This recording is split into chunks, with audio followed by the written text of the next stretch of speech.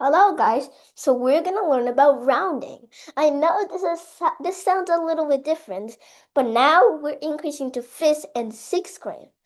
So rounding, like for example, if you pick a number, oh, if you pick the if you pick the number 4, well, this is kind of easy.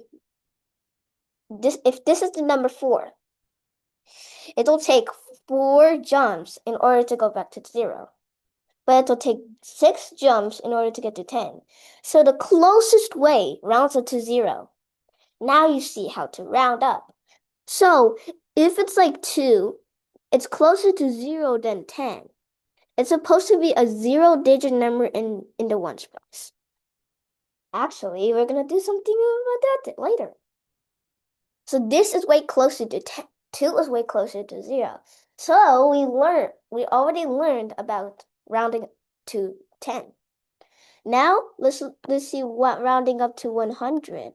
100 and 0. So for example, the half of 10. The half of 10 is 5.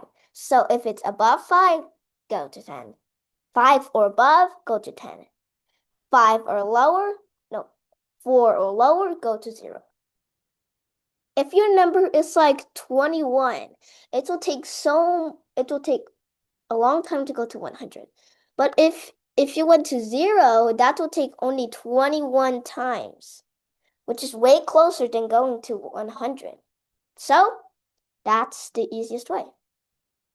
So to round up, the simplest way is to count on, if you see, round up to the nearest digit.